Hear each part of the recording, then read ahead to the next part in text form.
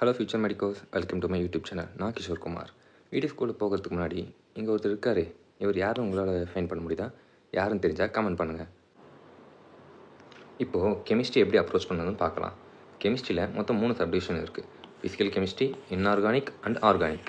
Physical கெமிஸ்ட்ரின்றது more like physics மாதிரி தான். கேல்குலேஷன் பார்ட் தான் நிறைய இன்வால்வ் ஆகும். Inorganic like biology. ஏன்னா இங்கே நிறைய நம்ம ஞாபகம் வச்சுக்கணும், தியரிட்டிக்கல் பார்க்க மாதிரி தான் இருக்கும். ஆர்கானிக்கை பற்றி நான் ஒரு முக்கியமான விஷயம் சொல்லி ஆகணும். இப்போது நீங்கள் பயாலஜி, ஃபிசிக்ஸ், கெமிஸ்ட்ரி எதில் எம்சிக்கு கொடுத்தா ரொம்ப ஃபாஸ்ட்டாக சால்வ் பண்ணுவீங்க? நிறைய பேர் பயாலஜின்னு சொல்லுவீங்க. ஆனால் என்ன கேட்டால் ஆர்கானிக் தான் ரொம்ப ஈஸியாக இருக்கும். ஏன் ஆர்கானிக் சொல்கிறேன்னா, ஆர்கானிக்கில் டேரெக்டாக இருக்கும். இந்த ரியேஜன்னா இந்த ப்ராடக்ட் தான் வரும், இந்த நேம் ரியாக்ஷன்னா இந்த ப்ராடக்ட் தான் ஃபார்ம் ஆகும். ஸோ அப்படி பார்த்தோன்னே ஆன்சர் பண்ணிடலாம். மோஸ்ட்டாக ஸ்டேபிள் கார்போகேட்டைன் எது அது இதுன்னு உங்களுக்கு டேரக்ட் கொஷின்ஸ் தான் இருக்கும்.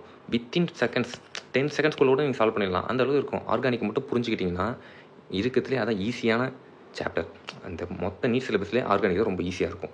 இப்போது எப்படி நம்ம கெமிஸ்ட்ரி அப்ரோச் பண்ணுறது நான் சொல்கிறேன். இப்போது நம்ம ஒரு நியூ லாங்குவேஜ் கற்றுக்கிறோம்னு வச்சுக்கோங்க. ஃபஸ்ட்டு அதுக்கு ஆல்ஃபபெட்ஸை நம்ம படிக்கணும். அப்போ தான் லாங்குவேஜை நம்ம கற்றுக்க முடியும். சென்டென்ஸு, வேர்ட்ஸ் எல்லாத்தையும் கற்றுக்க முடியும்.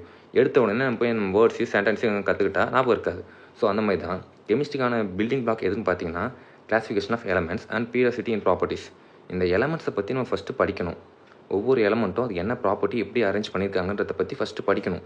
எலமெண்ட்டை பற்றி படிச்சுட்டு அதுக்கப்புறம் அந்த எலமெண்ட்டோட இன்டர்னல் ஸ்ட்ரக்சர், அட்டாமிக் ஸ்ட்ரக்சரை படிக்கணும். அதில் எப்படி எலக்ட்ரான் மூவ் ஆகுது, சப்ஷெல் எத்தனை இருக்குது, ஆர்பிட்டல்னால் என்ன, எல்லாத்தையும் படிக்கணும். அதை பற்றி படிச்சுட்டு அப்புறம் அந்த எலமெண்ட்ஸ் மற்ற எலமெண்ட்ஸ் கூட எப்படி ரியாக்ட் ஆகுது, லைக் எப்படி பாண்ட் ஃபார்ம் பண்ணுது, எப்படி மாலிகுல்ஸ் ஃபார்ம் பண்ணுதுன்னு படிக்கணும். இதெல்லாம் படித்து முடிச்சுட்டு தான் நம்ம டீப் கெமிஸ்ட்ரிக்குள்ளேயே என்டர் ஆக முடியும். அதாவது ஆர்கானிக்குள்ளே போக முடியும். Organic some basic properties of organic chemistry. இதுதான் நீங்கள் ஆர்கானிக்கு ஃபஸ்ட்டு படிக்கணும். இது படிக்கிறதுக்கு ஃபஸ்ட்டு எலமெண்ட்ஸை பற்றிட்டு அதுக்கப்புறம் இன்டர்னல் நேச்சரை பற்றி படிச்சுட்டு அப்புறம் எப்படி பாண்ட் ஃபார்ம் பண்ணுது, மாலிகுல்ஸ் ஃபார்ம் பண்ணி படிச்சுட்டு நீங்கள் ஆர்கானிக்கு போங்க. தெளிவாக புரியும். அதை நான் எப்படின்னு டீச் பண்ணுவேன். அதுக்கு நீங்கள் சேனலை சப்ஸ்கிரைப் பண்ணிக்கோங்க. நான் இப்போ உங்களுக்கு சொன்ன சீக்வன்ஸில் தான் வீடியோ அப்லோட் பண்ணுவேன். தொடர்ந்து வீடியோஸ் பார்க்க சேனலை மறக்காமல் சப்ஸ்கிரைப் பண்ணிவிடுங்க. உங்கள் ஃப்ரெண்ட்ஸ்க்கு ஷேர் பண்ணிவிடுங்க. இப்போது இந்த 2024 நீட்லேருந்து சில சாப்டர்ஸ் ரிமூவ் பண்ணிட்டாங்க. அது அப்டேட்டட் போர்ஷன் என்னென்னு பார்க்கணுன்னா, கிளாஸ் 11லேருந்து states of matter, environmental chemistry, S block, hydrogen, இது 4 ரிமூவ் பண்ணிட்டாங்க. எஸ் பிளாக் எடுத்துட்டாங்க. அது சுத்தமாக நமக்கு வராதுன்னு இல்லை. இப்போ பீரியாடிக் ப்ராப்பர்ட்டிஸ் படிக்கிறோன்னா அதில் எஸ் பிளாக் எலமெண்ட்ஸையும் நம்ம படிப்போம். ஸோ அதுவும் இன்க்ளூட் ஆகி தான் வரும். டோட்டலாக ரிமூவ் பண்ணிட முடியாது. அப்புறம் கிளாஸ் 12லேருந்து பார்த்தீங்கன்னா solid state, surface chemistry, general principle and process of isolation of elements, chemistry in everyday life, polymers, இதில் இருக்க எல்லா சாப்டர்ஸுமே ரிமூவ் பண்ணிட்டாங்க. ஸோ இது நீங்கள் படிக்க வேண்டாம். இந்த சாப்டர்ஸ் மட்டும் தான் நீங்கள் படிக்க போகிறீங்க. வேணால் ஸ்க்ரீன்ஷாட் எடுத்துக்கோங்க. இப்போ நம்ம classification of elements and periodicity in properties அந்த லெசனுக்குள்ளே போகலாம். ஃபர்ஸ்ட் இந்த சாப்டரில் என்ன கொஸ்டின் உங்களுக்கு வரணும்னா, வாட் இஸ் த நெசசிட்டி, எதுக்காக நம்ம எலமெண்ட்ஸை கிளாஸிஃபை பண்ணுறோம். இப்போது 118 எலமெண்ட்ஸ் இருக்குது. ஒவ்வொரு எலமெண்ட்டை பற்றியும் அதோட ஃபிசிக்கல் அண்ட் கெமிக்கல் ப்ராப்பர்ட்டி பற்றி படித்தா 118 எலமெண்ட்டுக்கும் நிறைய படிக்கணும், நிறைய ஞாபகம் வச்சுக்கணும். அது கஷ்டம், எல்லாராலையும் அது முடியாது. அதனால தான் சயின்டிஸ்ட் என்ன பண்ணுறாங்கன்னா, சிமிலர் ப்ராப்பர்ட்டிஸ் இருக்கிற எலமெண்ட்ஸை குரூப் பண்ணிட்டா அதோட காமனான இருக்க ஃபீச்சர்ஸை படிச்சுட்டா மொத்த எலமெண்ட்டுமே நம்ம படித்த மாதிரி ஆகிடும்னு சொல்லிட்டு குரூப்பிங் பண்ண ஸ்டார்ட் பண்ணுறாங்க. அது குரூப்பிங் பண்ண ஸ்டார்ட் பண்ண சயின்டிஸ்ட் தான் இவங்கெல்லாம். இவங்களில் யாரோடைய ப்ரொபோசல்ஸ்லாம் எப்படி ட்ராபேக் ஆச்சு, யார் தான் நம்ம இப்போ ஃபாலோ பண்ணுறோம் அப்படின்னு தான் இந்த வீடியோவில் பார்க்க போகிறோம். அதில் ஃபஸ்ட்டு யாரை பற்றி பார்க்க போகிறோன்னா, ஒரு ஜெர்மன் சயின்டிஸ்ட் டாபரினர். இவர் தான் 18th சென்ச்சுரியில் ஃபஸ்ட்டு எலமெண்ட்ஸை குரூப் பண்ண ஸ்டார்ட் பண்ணவர். இவர் எப்படி குரூப் பண்ணுறாருனா, எலமெண்ட்ஸை ட்ரையடாக குரூப் பண்ணுறாரு. அதாவது ட்ரையட்னா 3 எலமெண்ட்ஸ் 3 குரூப் பண்ணுறாரு. அதை எதை பேஸ் பண்ணி அவர் குரூப் பண்ணாருன்னா பார்க்கலாம். அதாவது he noticed similarity among the physical and chemical properties of several group of 3 elements, அதுதான் triads. In each case, he noticed the middle element of each of the triad had an atomic weight about halfway between the atomic weight of other 2. அதாவது என்ன சொல்ல வர்றாருன்னா, இந்த elements தான் அவர் classify பண்ண triads அப்படின்னுவாங்க. இப்போது இந்த ட்ரையாடில் லித்தியம் அண்ட் பொட்டாசியம் எடுத்துக்கோங்க. இதுதான் ஃபஸ்ட் அந்த last element. Lithium and potassium அதோட அட்டமிக் வெயிட்டை நீங்கள் ஆட் பண்ணி ஆவரேஜ் எடுத்திங்கன்னா சோடியத்தோட அட்டமிக் வெயிட் வரும்னு சொல்கிறாரு. அது எப்படின்னா, இப்போ லித்தியமோட அட்டமிக் வெயிட் என்ன 7 plus potassium atomic weight 39, average பண்ணுங்கள் 23 வரும். அதுதான் சோடியத்தோட அட்டமிக் வெயிட். அதே மாதிரி தான் இந்த ட்ரெண்ட்லேயும் ஃபாலோ ஆகும். அப்போ எதனால் இது ஃபாலோ பண்ணல, என்ன ட்ராபேக்னு பார்த்தீங்கன்னா, எல்லா எலமெண்ட்ஸ்க்கும் இந்த மாதிரி ட்ரையடை அவரால் மேக் பண்ண முடியல. ஒரு பர்டிகுலர் எலமெண்ட்ஸ் வரைக்கும் தான் இந்த மாதிரி ட்ரையல் மேக் பண்ண முடிஞ்சிச்சு.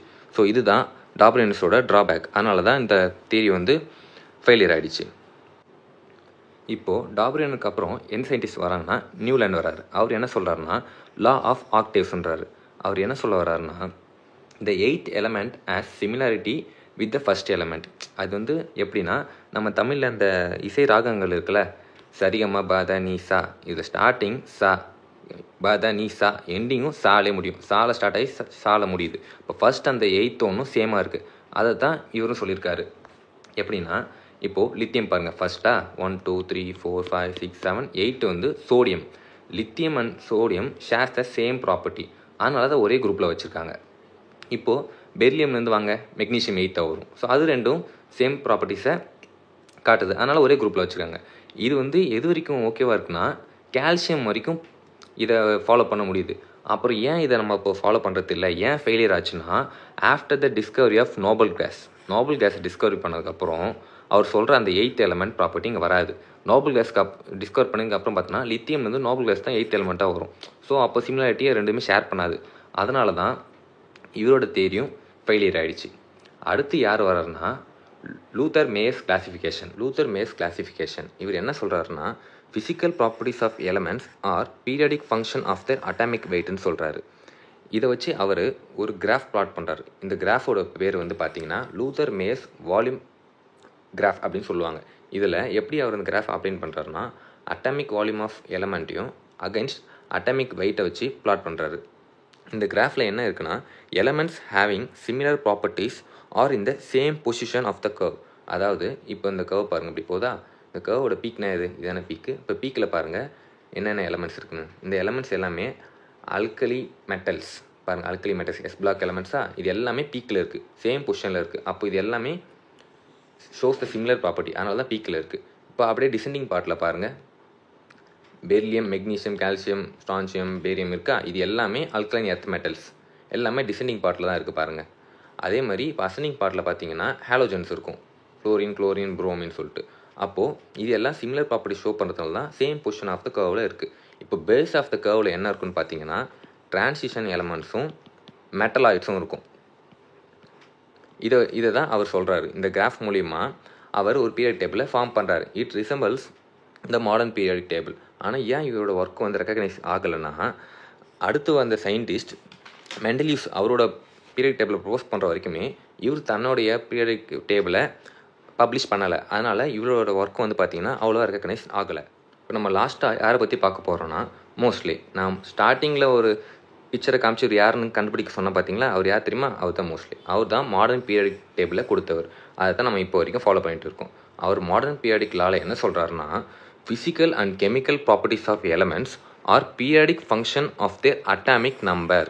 இது வரைக்கும் சொன்ன எல்லாருமே அட்டாமிக் மாஸை வச்சு தான் கால்குலேட் பண்ணாங்க. இவர் தான் அட்டாமிக் நம்பரை வச்சு சொல்கிறாரு.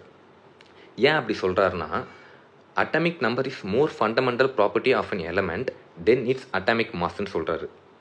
ஏன்னா இவர் எப்படி அந்த அட்டாமிக் நம்பரை ஃபஸ்ட்டு கண்டுபிடிக்கிறாருன்னு பார்த்தீங்கன்னா ஹை ஸ்பீட் எலக்ட்ரான்ஸை ஹெவி மெட்டல்ஸ்க்கு அகென்ஸ்டாக ஸ்ட்ரைக் பண்ண வைக்கிறார். அப்படி எலக்ட்ரான்ஸ் போய் ஸ்ட்ரைக் ஆகும்போது இந்த எலமெண்ட்ஸ்லேருந்து எக்ஸ்ரேஸ் ஜென்ரேட் ஆகுமா. அந்த எக்ஸ்ரேஸோட ஃப்ரீக்வன்சியை வச்சு இவர் அட்டாமிக் நம்பரை ஃபைன் பண்ணார் அப்படின்னு சொல்கிறார். எப்படி அவர் ஃபைன் பண்ணார்னு பார்த்தீங்கன்னா ஒரு ஈக்குவேஷன் வச்சு தான். அந்த ஈக்குவேஷன் என்னென்னா square root of frequency is equal to a into z minus b. இதை எக்ஸ்பேண்ட் பண்ணுங்கள், ஏசட் மைனஸ் ஏபி. இது மேத்தமெட்டிக்கல் ஈக்குவேஷன் சிமிலராக இருக்கா, அந்த y equal to m x plus c. இதை வச்சு நம்ம என்ன சொல்லலாம், எம்னா ஸ்லோப்பு, அப்போது இதில் ஏ தான் ஸ்லோப்பு, ஓகேவா. சி வந்து இன்டர்செப்ட். சி வந்து பார்த்திங்கன்னா இங்கே நெகட்டிவாக இருக்குது. ஸோ இன்டர்செப்ட் எங்கே ஆகும்னா நெகட்டிவ் ஒய் ஆக்சிஸில் இன்டர்செப்ட் ஆக போகுது. ஸோ நம்ம கிராஃப் அதுக்கு பிளாட் பண்ணால் எப்படி இருக்குன்னா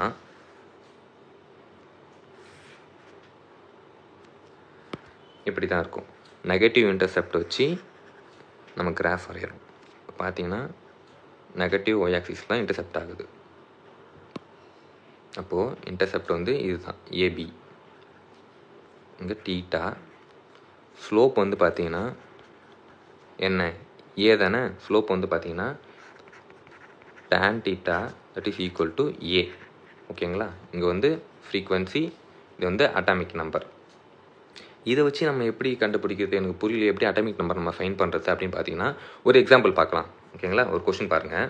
த frequency of X rays of line of metal target எம்ன்ற ஒரு எலமெண்ட்டை டார்கெட் பண்ணுது. அது வந்து பார்த்தீங்கன்னா 2500/s ஃப்ரீக்வன்சி எமிட் பண்ணுதுன்னு சொல்கிறாங்க. The graph between square root of frequency and atomic number is follows. Atomic number of அந்த மெட்டலில் எவ்வளோன்னு கண்டுபிடிங்கன்னு சொல்கிறாங்க. ஓகேங்களா? கொஸ்டின்லேயே உங்களுக்கு எல்லாமே கொடுத்துருவாங்க. இப்போ என்னென்ன கொடுத்துருக்காங்கன்னு பாருங்கள். டீட்டா கொடுத்துருக்காங்களா? டீட்டா வந்து 45 டிகிரி. அப்போ tan 45 வந்து 1. அதை தான் இவங்க சொல்கிறாங்க. ஸ்லோப் வந்து 1ன்னு கொடுத்துட்டாங்க. அப்போ நமக்கு ஏக்கான வேல்யூ கிடச்சிச்சு. A = 1. இன்டர்செப்ட் வேல்யூ பாருங்கள், OA, தட் இஸ் AB. அந்த ஈக்குவேஷனில் பார்த்தோம்ல, அதுக்கான வேல்யூ கொடுத்துட்டாங்க. அது வந்து இன்டர்செப்ட் = 1, அதுவும் கொடுத்துட்டாங்க. இப்போ நம்ம ஈக்குவேஷனில் சப்ஸ்டியூட் பண்ணி ஆன்சரை ஃபைண்ட் பண்ண வேண்டியதான். ஈக்குவேஷன் என்ன? Square root of frequency = A × Z - B. Frequency என்ன கொடுத்துட்டாங்க? 2500. அது ஸ்கொயர் ரூட் எடுத்தால் என்ன வேல்யூ வரும்? 50. 50 = A வந்து என்ன? 1. 1. Z தான் கண்டுபிடிக்கணும். மைனஸ் B, அதாவது 50 = 1 × Z - 1 × B. Bன்றது ஒன்றும் இல்லை, ABண்ணா. இப்போ A உள்ள மல்டிப்ளை பண்ணி AB தானே. ABயோட வேல்யூ என்ன? AB தான் இன்டர்செப்ட், அதுதான் 1ன்னு கொடுத்துட்டாங்க. அப்போது 1 தான் வரும்.